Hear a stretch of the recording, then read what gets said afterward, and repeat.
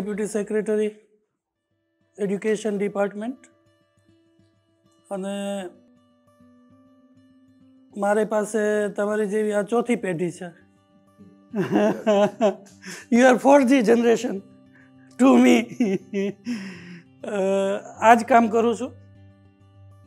સરકારી કામ કરતો હતો ને આ પણ કામ કરતો હતો એક પેશનના ભાગરૂપે.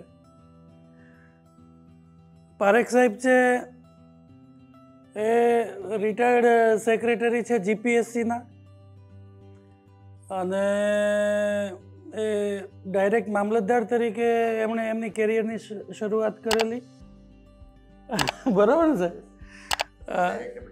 અને પછી ડેપ્યુટી કલેક્ટર પાછા નેક્સ્ટ ઇલેક્શનમાં જીએસ અને પછી જીપીએસસીમાં બધા રૂલ્સ ફ્રેમ કરવામાં, સ્ટ્રીમલાઇન કરવામાં રિક્રુટમેન્ટની આખી પ્રોસેસ, એમાં એમનો બહુ મોટો ફાળો છે મિત્રો.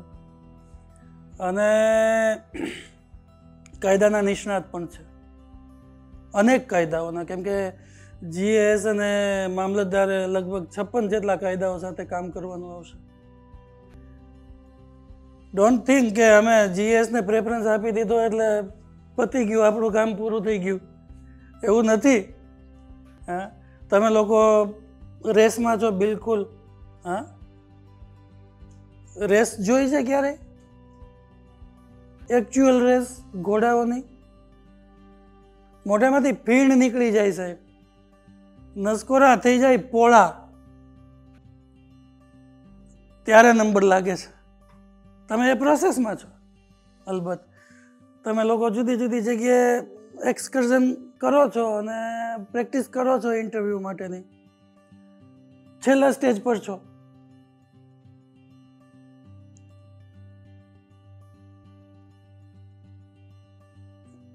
તમે ઓબ્ઝર્વ પણ કરતા હશો.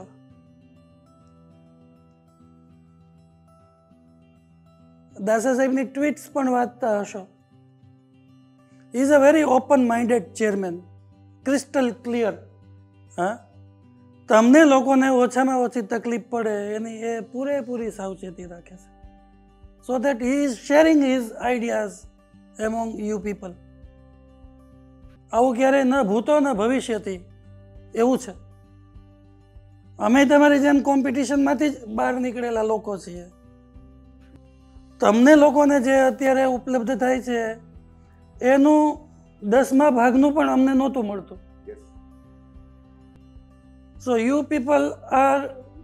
ગાઈઝ આર વેરી લકી કે તમને આટલું બધું મળે છે. હવે ઇન્ટરવ્યુનો જ્યાં સુધી પ્રશ્ન છે, તમે કેવા માણસ છો એ તો રિટર્નમાં જ નક્કી થઈ ગયું છે. તમે કેવી પ્રકૃતિ, જનરલ સ્ટડીઝમાં તમે લખ્યું હોય તો તમારી પ્રકૃતિ નક્કી થઈ જાય કે તમે સેલ્ફ સેન્ટર્ડ છો, કે તમે સેન્સિટિવ છો, કે તમે ઉતાવળા છો. એ બધું નક્કી થઈ જ ગયું છે. એના આધારે તમારું ફેટ લોક થઈ ગયું છે. એ કોઈને ખબર નથી, ત્યાં બેસનારામાંથી કોઈને ખબર નથી કે રિટર્નમાં તમારું પરફોર્મન્સ શું છે. દે don't know, you also don't know. બરાબર? તો હવે આ જે છે 10મા ભાગનો છેલ્લો પાર્ટ, એ ખૂબ જ ઇમ્પોર્ટન્ટ એટલા માટે છે કે તમારી કેડર નક્કી કરશે. તમારું સિલેક્શન થશે કે નહીં થાય એ તો તમારા રિટર્ન પાર્ટે નક્કી કરી નાખ્યું છે. પણ આમાં તમને પહેલો પ્રેફરન્સ, બીજો, ત્રીજો, ચોથો કયો પ્રેફરન્સ મળશે ઇન્ટરવ્યુના પરફોર્મન્સના પોઈન્ટ ઓફ વ્યૂથી એ નક્કી થશે. અને it is a major big thing. એ સાહેબ તમારા 10 વર્ષ બચાવી દે. એ એક માર્ક તમારા માટે 10 વર્ષ બરોબર હોય. તો એક્સપેક્ટેશન શું છે ત્યાં? જે લોકો બેઠા છે સામે એ તો ખૂબ જ અનુભવી લોકો બેઠા હશે. એમણે 30 વર્ષની તમારી ઉંમર જેટલી તો નોકરી કરી હશે સરકારમાં. તો of course they expect something from you people. તો એક્સપેક્ટેશન એ જ છે કે તમે જેવા એપરન્ટલી જેવા દેખાવ છો, દે આર સાયકોલોજીસ્ટ ઓલ્સો. 30 વર્ષની નોકરી કરી હોય એટલે they are as good as a very good psychologist. એ તમારી આંખો વાંચી શકે, તમારા ચહેરાના હાવભાવ વાંચી શકે, તમારી ચાલવાની ઢબ ઉપરથી તમારી પ્રકૃતિને જાણી લે, તમારી બેસવાની ઢબ, તમારી બોલચાલની રીતિનીતિ, એના ઉપરથી તમે ઉતાવળિયા છો, ધીરજવાળા છો, લીડર છો, બધાને સાથે રાખીને કામ કરવાવાળા છો કે નહીં, સેલ્ફ સેન્ટર્ડ છો કે સમષ્ટિનું વિચારવાવાળા છો. સી ધે એક્સપેક્ટ કે તમે why you are there, you are for the upliftment of the people first of all, unto the last welfare state માટે તમને સિલેક્ટ કરવામાં આવે છે. અને તમે જો તમારા જ પોતાના ફાયદાનું વિચારતા હો એ રિવીલ થઈ જ જશે. It comes within. આ તો લાંબી એક્સરસાઇઝ છે, રાતોરાત કઈ દાઢી લાંબી સમજતી ન થાય. તો એના માટે આ એક્સરસાઇઝ તમને આજે ખબર હોય તો ચાલો, કાલે એનું ઇમ્પ્લિમેન્ટેશન ન થઈ શકે તો પરમ દિવસે તો થઈ શકે ને. એટલે તમારે હોલિસ્ટિકલી, જ્યારે તમે હોલિસ્ટિક એકેડેમીમાં છો ત્યારે એમની અપેક્ષા એવી છે કે આ કેન્ડિડેટ હોલિસ્ટિકલી વિચારે છે કે નથી વિચારતો. વિચારતો હોય તો પછી એની પાસે એના વિચારને અમલીકૃત કરવા માટે એની પાસે કોઈ રોડમેપ્સ છે કે કયા રસ્તા પર જવા માગે છે, એ જે વિચારે છે સારું કરવાનું, એના માટે એની પાસે કોઈ પ્લાનિંગ છે કે કેમ? 1 2 3 પ્રિસાઇઝનેસ. પછી લાંબી લાંબી વાર્તા ન કરવી, એવું તો સાહેબે ટ્વીટમાં કહ્યું છે એક વખત. એમને વાર્તા ગમતી જ નથી. અધિકારીની ગતિ તો ટૂંકી વાર્તાની જેમ સીધી લાઈનમાં જવી જોઈએ. અર્જુનને જેમ મત્સ્યવેદમાં માછલીની આંખ જ દેખાતી હતી એમ એ બહુ પ્રિસાઇઝ હોવો જોઈએ. Because he has to take a decision. એને નિર્ણયો લેવાના છે, એને ક્લર્કગીરી નથી કરવાની, લાંબી લાંબી નોટ્સ લખવાના. એણે તો એના ક્લર્ક કે એના ડેપ્યુટી મામલતદાર કે એના ડીવાયએસઓએ જે કંઈ ચિત્ર એની સામે રજૂ કર્યું છે એમાં જો એ એમ્પાવર્ડ હશે તો એને ફાઇનલ નિર્ણય લેવાનો છે. અને જો એ એમ્પાવર્ડ નહીં હોય તો એને એના સેક્રેટરી કે એના કલેક્ટર કે એના ડીડીઓ કે એના એસપી એ સારામાં સારી રીતે નિર્ણય લઈ શકે એનું જીસ્ટ એને એની પોતાની નોંધમાં, એના પોતાના તારણો પ્રિસાઇઝલી મૂકવાના છે, જેથી કરીને સમય મર્યાદામાં વહેલાસર યોગ્ય નિર્ણય જે તે કોમ્પિટન્ટ ઓથોરિટી લઈ શકે. આ તમારી પાસેથી અપેક્ષિત છે. તો એનો અર્થ એવો થયો કે પ્રિસાઇઝનેસ, કોમ્પેક્ટનેસ એ અધિકારીનો સૌથી મહત્વનો ગુણ છે. He should be very much precise. એટલે એ તમારા જવાબોમાં તમને પ્રશ્નો જેવા પૂછાશે કે તમારી બ્રેવિટી એટલે લાઘવ, બ્રેવિટી એટલે બહાદુરીના સંદર્ભમાં નથી કહેતો, સાહિત્યિક ભાષામાં brevity is the soul of art એવું ભણાવવામાં આવે છે. લાઘવ એ કળાનો આત્મા છે. તો આ એક કળા જ છે. તમે છો એવા તમે પ્રગટ થાવ, જરાય સુપરફિશિયલ નહીં, જેવા છો એવા જ. અને દેખાય જ જશે. તમે ગમે એટલો દેખાવ કરશો ને, ડોળ કરશો કે તમે ગમે એવા તખ્તાના કલાકાર હશો ને નાટક કરશો ને તોય ખબર પડી જ જશે કે તમે કેવા છો. તમે મારી જેવા જ છો તો બેમાંથી એકનું કામ છે, બંનેનું કામ નથી. Either me or you. એ લોકોને બે સરખા લોકોની જરૂર છે જ નહીં. Because they want you to serve in the different fields. આજે તમે ડીવાયએસપી અમદાવાદ સિટી તરીકે હો તો આવતીકાલે ડીવાયએસપી ડાંગ તરીકે જ હો. ડાંગને અમદાવાદ સિટીનો સ્વભાવ જુદો જુદો છે. તમે બધે ચાલવા જુઓ, માત્ર તમે અમદાવાદમાં ચાલો એ ન ચાલે.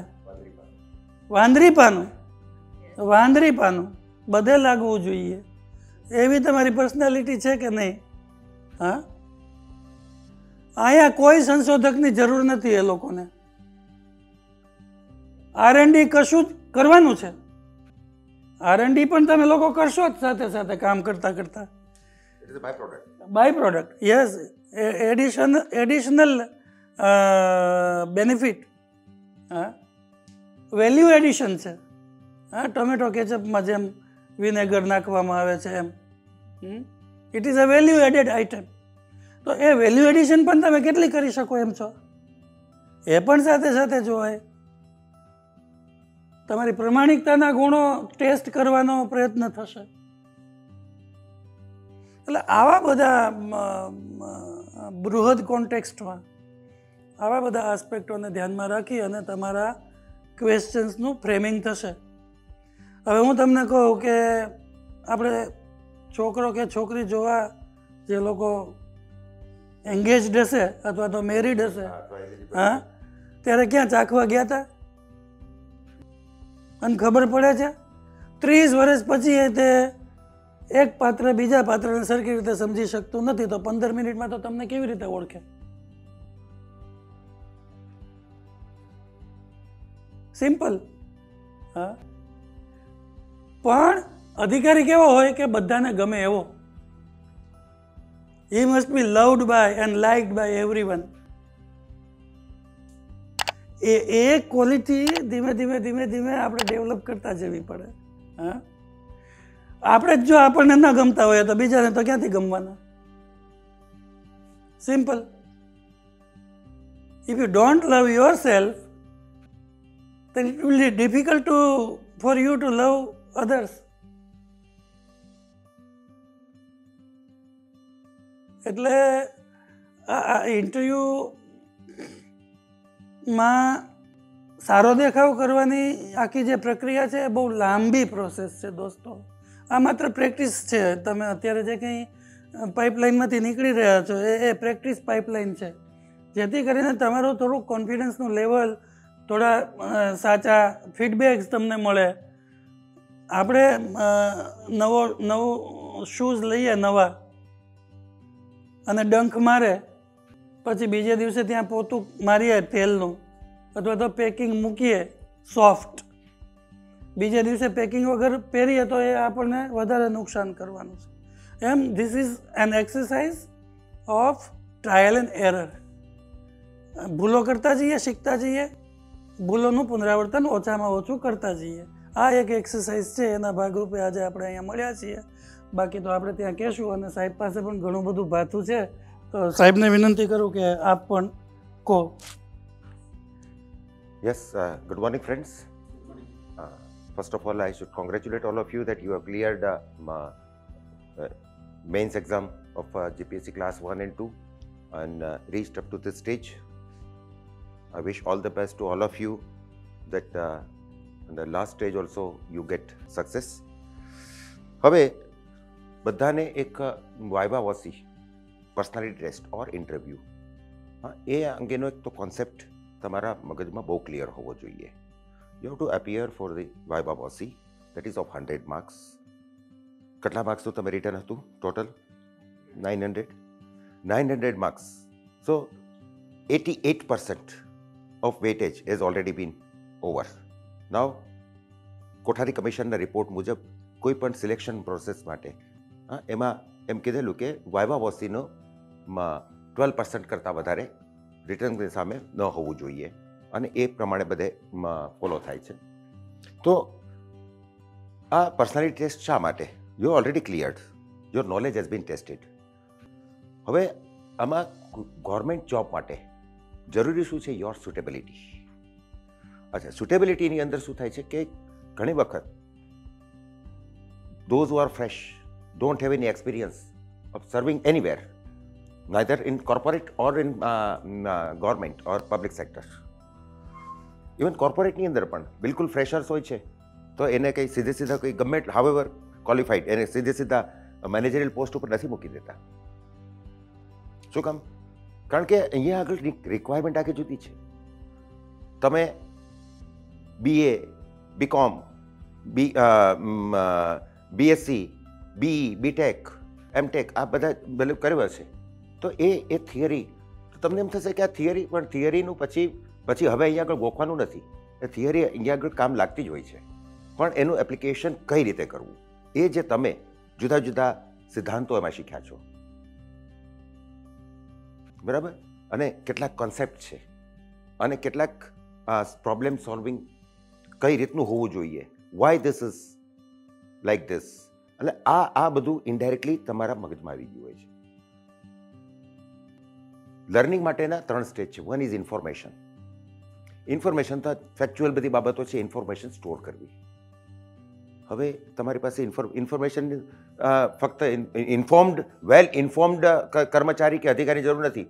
Everything is available on net, website, જુદા જુદા નેટ ઉપરથી મળી જાય છે.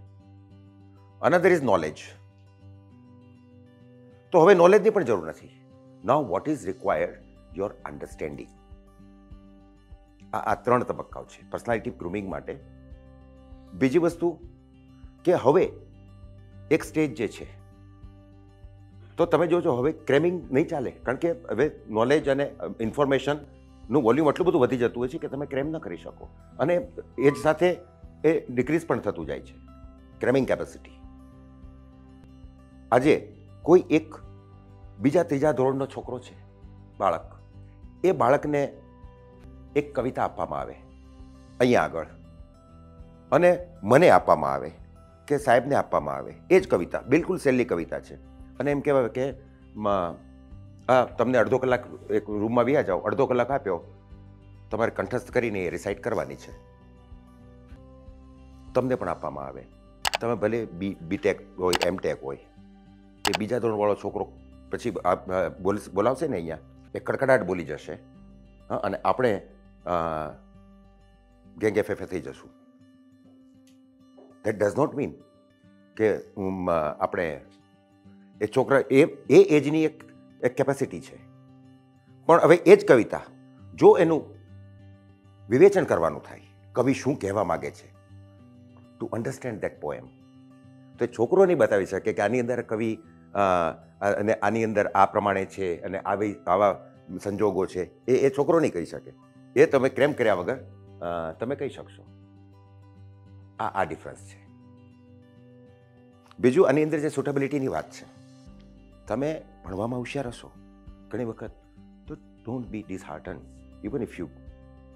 હું એક સિમ્પલ એક્ઝામ્પલ આપું કે ભારત દેશની અંદર ભારતની ક્રિકેટ ટીમ માટે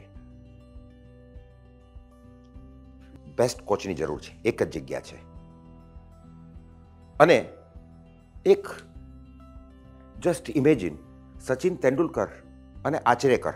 have you hard the name of Achrekar? બંને સેમ એજના છે, અને 2 જણા એપ્લાય કર્યું, અને એને સિલેક્ટ કરવાના છે કોચ માટે. કોને કરશો? કોચ માટે, for the job of a coach. Who can be better among both? Achrekar. તો સચિન તેંડુલકર નકામો છે? પણ હવે બીજી સિચ્યુએશન લ્યો. હવે મેચ રમવા માટે બંને એક સેમ એજના છે, હું તમને કહી દઉં, આચરેકર અને તેંડુલકર બંને સેમ એજના છે માની લ્યો, અને હવે વન ડે અથવા તો વન ડે મેચ માટે તમારી ટીમમાં અને એક જ જગ્યા છે બેટ્સમેનની, અને એમાં આચરેકર અને સચિન તેંડુલકર 2 જણા છે. કોને સિલેક્ટ કરશો? સચિન તેંડુલકર. તો આચરેકર નકામા થઈ ગયા. એટલે કોણ કેને માટે સુટેબલ છે એ છે, એમાં બેમાંથી એક નકામા નથી. All are stalwart in their own field. બંને ક્રિકેટ એક જ સબ્જેક્ટની અંદર બંને લિજેન્ડ્સ છે, પણ પછી એની અંદર પણ એ ક્યાં આગળ કેવી રીતે સુટેબલ છે, ત્યારે આ તમે જ નક્કી કર્યું ને. આમાં કોઈ એટલે ક્રિકેટની અંદર કોણ સુપિરિયર, તો એ નથી પેલું માયને રાખતું. અહીંયા આગળ સુટેબિલિટી અગત્યની છે. એટલે અહીંયા આગળ તમારું સુટેબિલિટી, એનો મતલબ એવો નથી કે તમે ભણવામાં નબળા છો. બીજું તમને એમ લાગશે કે સુટેબિલિટીઝ અને એ ચેક કરવા માગે છે, તો તમને ઘણી વખત તમારા જે ગ્રેજ્યુએશનના કે એકેડેમિક બેકગ્રાઉન્ડ છે એના ક્વેશ્ચન્સ પૂછવામાં આવે છે એ શું કામ પૂછતા હશે? એ તો તમારું નોલેજ ટેસ્ટ તો થઈ ગયું, શું કામ પૂછતા હશે? તમને એમ પણ થતું હશે ને? એટલા માટે કે આમને ભલે જે કોઈ ફેકલ્ટીની અંદર ગ્રેજ્યુએશન કર્યું, એમનું એ ફિલ્ડમાં એને કેટલા પોતાનું 100% આપીને કર્યું છે કે કેમ? Level of commitment. Level of commitment. અને જો તમે ભલે ગમે એમ કરીને ભલે ફર્સ્ટ ક્લાસ આવ્યા, પણ તમારું લેવલ ઓફ કમિટમેન્ટ, તમે તમારું નોલેજ જે બેઝિક જે તમને હોવું જોઈએ, જે તમે ઓલરેડી ભણ્યા છો, અને એની અંદર પણ તમારા ફંડાસ ક્લિયર નથી, તો તમે નોકરીમાં આવીને પછી અહીંયા આગળ તો ડેપ્યુટી કલેક્ટરને 129 કાયદાઓ અને નિયમો, કેટલાકમાં કોઈ કાયદા હોય ને કે 2 જ સેક્શન અંતર્ગત કામગીરી કરવાની હોય, એ અંગે કામગીરી કરવાની આવે છે. એ બીજા ઘણા બધા ઇસ્યુઝ હોય, તો તમે ત્યાં આગળ જેમ ગમે એમ કરીને ઠાગાઠૈયા કર્યા હતા ભણવામાં, એમ અહીંયા કરશો. મૂળ એ ચેક કરવા માટે તમને એમ થાય કે તો પછી અમારે ગ્રેજ્યુએશનનું અને એવું બધું શું પૂછે છે? કરંટ અફેર્સ તો how much you keep yourself updated. તમારે દરેક ઇસ્યુઝ સાથે, અને now in the government these are the post of a generalist. અહીંયા આગળ કંઈ ન્યુક્લિયર ફિઝિક્સ કે રોકેટ સાયન્સના એક્સપર્ટ્સ નથી જોતા. DRDO માટે રિક્વાયરમેન્ટ હતો ત્યાં આગળ તમારું અહીંયા આગળ જનરલિસ્ટ જે છે એ જનરલિસ્ટ, ખબર પડી ને? Not journalist, generalist. તો જનરલિસ્ટને તમે you have to keep yourself updated. બીજું તમારું wit, wisdom, quick decision power. ચલો હજી સચિવાલયમાં સેક્શન ઓફિસમાં હોય તો હજી પોલિસી મેકિંગ ને બધું છે, એ થોડુંક થોડું યોગદાન હોય છે. અદરવાઇઝ ફિલ્ડ જોબ્સની અંદર you have to take decision in fraction of seconds sometimes. Suppose if mob has gone frenzy, and what decision you have to take? You have to take decision. You cannot wait. જોઈએ અને તમારે પોતે decision લેવાનું છે. અગાઉના વખતની અંદર પણ ICS ઓફિસર્સ આવતા હતા. In one book it has been return કે ICS અધિકારી એક જિલ્લાની અંદર, અને સ્વતંત્રતાની ચળવળ ચાલતી હતી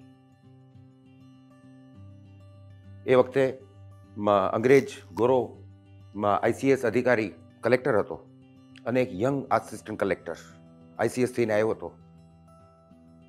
એને ઇન્ડિયા જે જોયું નહોતું, ICS થઈને આવ્યો અને 2-3 મહિના થયા હતા, અને એ was posted the ICS assistant collector in one પ્રાંત. ત્યારે બીજું તો ફોન કે એવું કંઈ તો હતું નહીં, અને એના ઇન્ટેલિજન્સ ઇનપુટમાં એને ખબર પડી કે ફલાણા ગામ, મારા સબ ડિવિઝનના ફલાણા ગામના તાલુકા હેડક્વાર્ટરમાં આ તારીખે આ બધા સ્વતંત્ર જે ચળવળ કરવાવાળા છે એ બધા એકઠા થવાના છે, આંદોલન કરવાના છે, અને કદાચ આંદોલન વધારે ઉગ્ર પણ બની શકે. હવે ત્યારે તો SDMના પાવર્સ ઘણા વધારે હતા. આ બધું હતું એટલે આમને શું કર્યું? આમને કલેક્ટરને ટેલિગ્રામ કર્યો કે as per my intelligence input it has been learned that on so and so date there will be a agitation by few people over here, and there are all possibilities that it may take hard actions, so kindly guide me. જો અમસ્તા ગોરો તો ગોરાનું જ favour કરે ને એકદમ, અને એ તો પછી એમના જ પોતાના ICS હોય, એ તો રાજ કરવા માટે આવ્યા હતા, એટલે દીકરાની જેમ જ રાખતો હોય. એમને બધી ફેવર બધી કરે, પણ આની અંદર એને શું કર્યું ખબર છે? એને તરત જ વળતો ટેલિગ્રામ કર્યો. I have received your telegram on so and so date.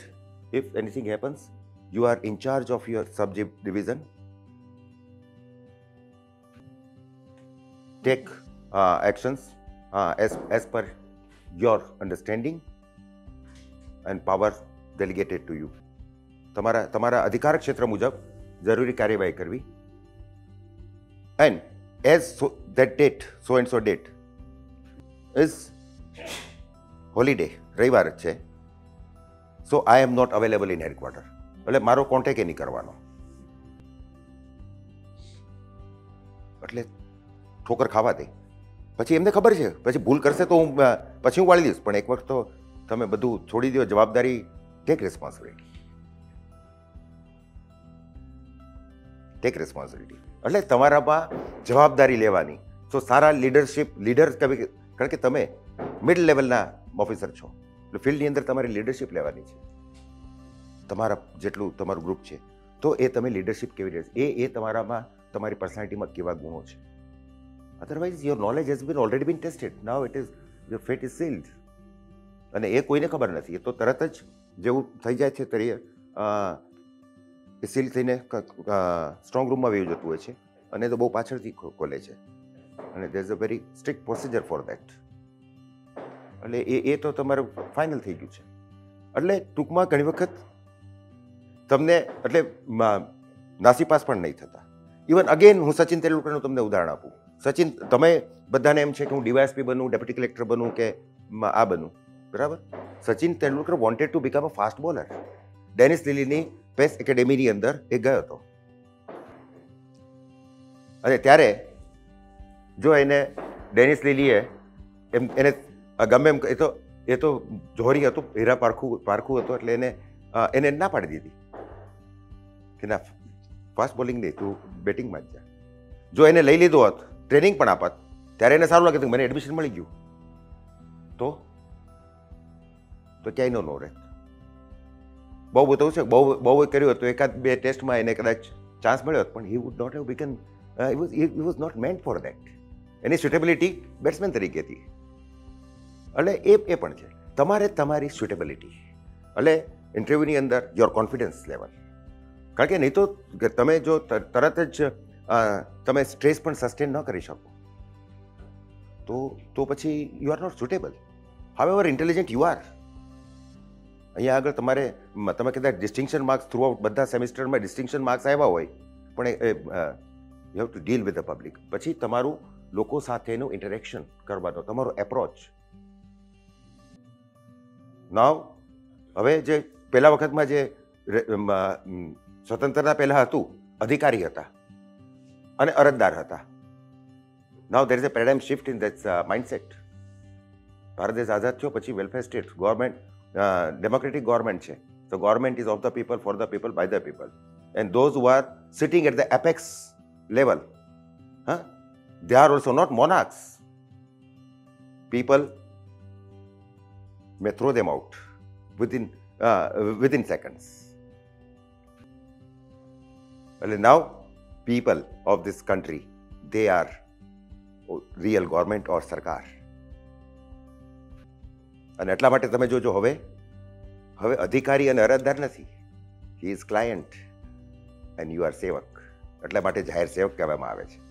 You have two provide services, અને એની અંદર તમે જો એમના અપેક્ષાઓ, એચનાઓ એને જો ફૂલફિલ નહીં કરી શકો તો યુ વિલ બી નો વેર. જો વેક્યુમ કોઈના વગર ચાલતું નથી.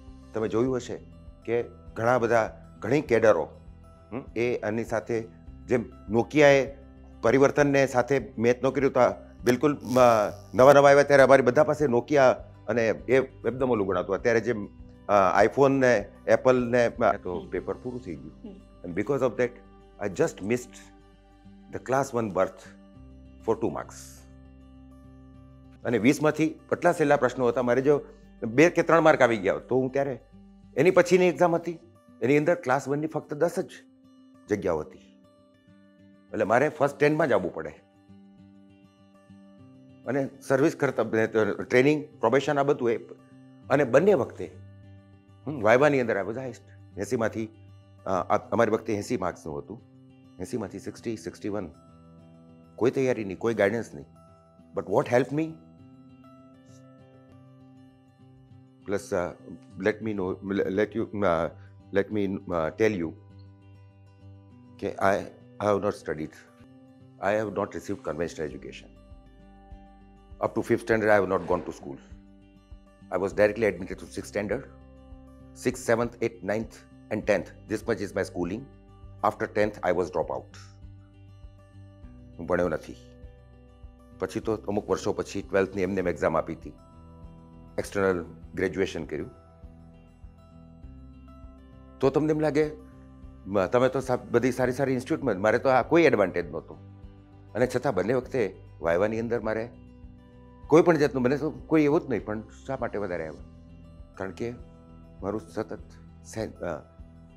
જેને કહેવાય ને sense of learning, I always use to learn everything, and that too from childhood, 8th સ્ટેન્ડર્ડથી. લાઇબ્રેરીમાં જ I was voracious reader in all subjects. I was working as a very lower post in cement factory, and that was also not technical post.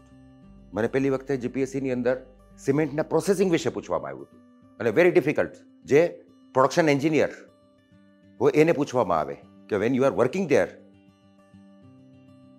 અને હું તો class 3ની post ઉપર કામ કરતો હતો, એટલે પ્રાઇવેટની અંદર બિલકુલ જેને કહેવાય ને ક્લેરિકલ ટાઈપની ને એવી.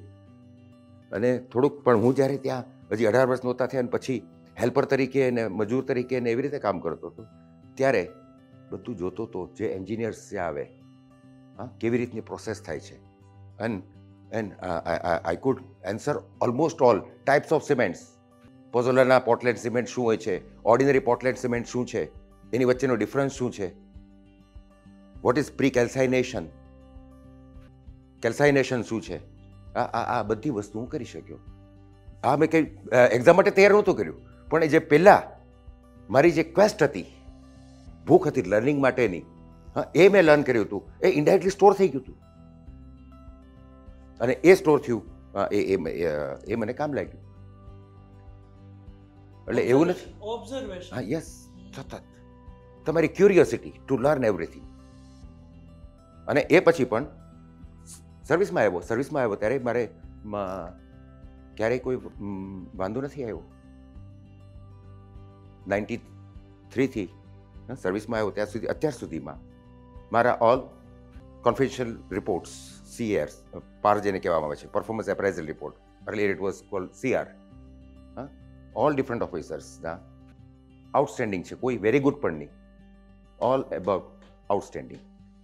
અને that too of different officers, higher officers with different mindset, જુદા જુદા પ્રકારના બધા. તો પણ બીજું ગમે હોય, એપાર્ટ ફ્રોમ અધર થિંગ્સ, મારા CR.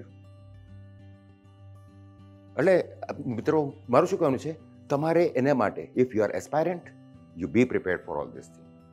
તમને જ્યારે એવું થાય, એટલે આ માટે તો તમારે શું શું તૈયારી હોવી જોઈએ? એક તો તમારા ગ્રેજ્યુએશન કે તમારું એકેડેમિક બેકગ્રાઉન્ડ છે, એ પછી જેમ તમે એમ કહો કે મારે તો હવે 3-4 વર્ષ થઈ ગયા, નો.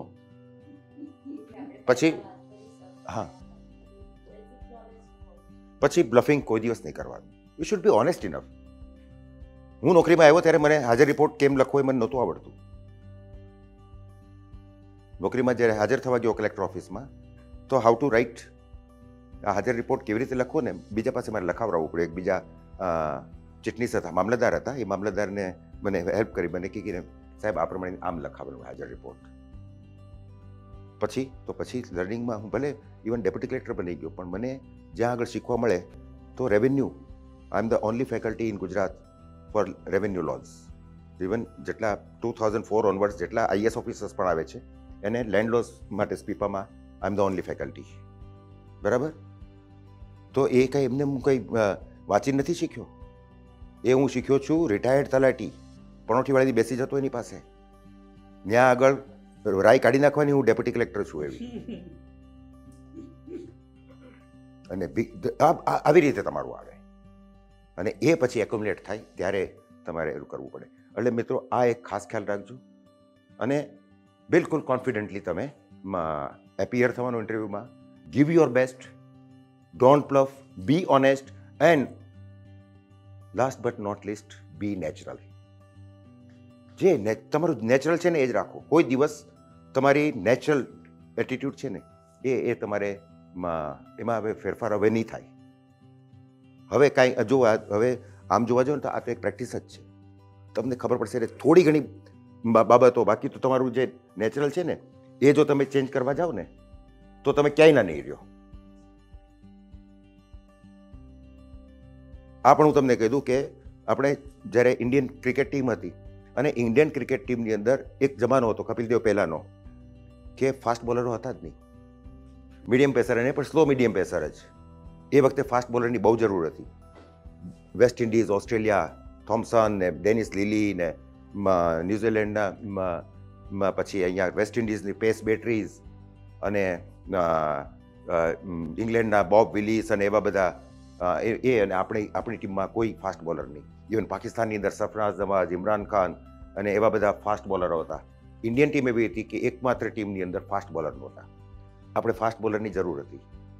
અને એ વખતે મહારાષ્ટ્રનો સલગાવકર કરીને એક ફાસ્ટ બોલર હતો, વેરી ગુડ ફાસ્ટ બોલર. મેં તે રણજી ટ્રોફી ભાવનગરમાં આવે છે ને ત્યારે મેં એમને જોયેલા પણ છે. બહુ સારો ફાસ્ટ બોલર. અને એની માસ્ટરી હતી લેગ કટર. બરાબર. હવે એને એ પ્રમાણે જ જો આગળ વધવા દીધો હોત ને તો આપણને સારો એક ફાસ્ટ બોલર મળત. પણ થોડુંક વધારે કરવા માટે એને સ્વિંગ, આઉટ સ્વિંગ અને ઇન સ્વિંગ એ કરવા માટે એને ઇંગ્લેન્ડ કોચિંગ માટે ગયો અને કાઉન્ટી પણ રમતા ઇંગ્લેન્ડમાં. અને એની અંદર એને ઇન સ્વિંગ, આઉટ સ્વિંગ વધારેનું કરવા ગયો. હા, એટલે એના જે નેચરલ હતા ને લેગ કટર્સ, હા, એ પણ ગયું અને he could never get berth in Indian team. એટલે હવે આ તબક્કે ચાળો નહીં કરવાનો. જો એ કરવું હતું તો બહુ નાનપણથી કરવું હતું. This is what. એટલે નેચરલ જ રહેજો, કાંઈ વાંધો નહીં. અને આપણે કદાચ સુટેબલ નહીં હોય તો સચિન તેંડુલકર નેચરલ સુટેબલ, એનું સારું ડેસ્ટિની અને બીજું તમારા ડેસ્ટિનીમાં કંઈક બીજું પણ છે. એટલે એવું ચિંતા, એવો ભય પણ નહીં રાખતા. કંઈ અલ્ટિમેટ આ ક્લાસ 1 2 નોકરી, સરકારી નોકરી મળી એટલે જ જિંદગી છે. there are so many other fields where you can succeed better. એટલે એ એંગલથી જ તમે અપિયર થજો. Okay, thank you.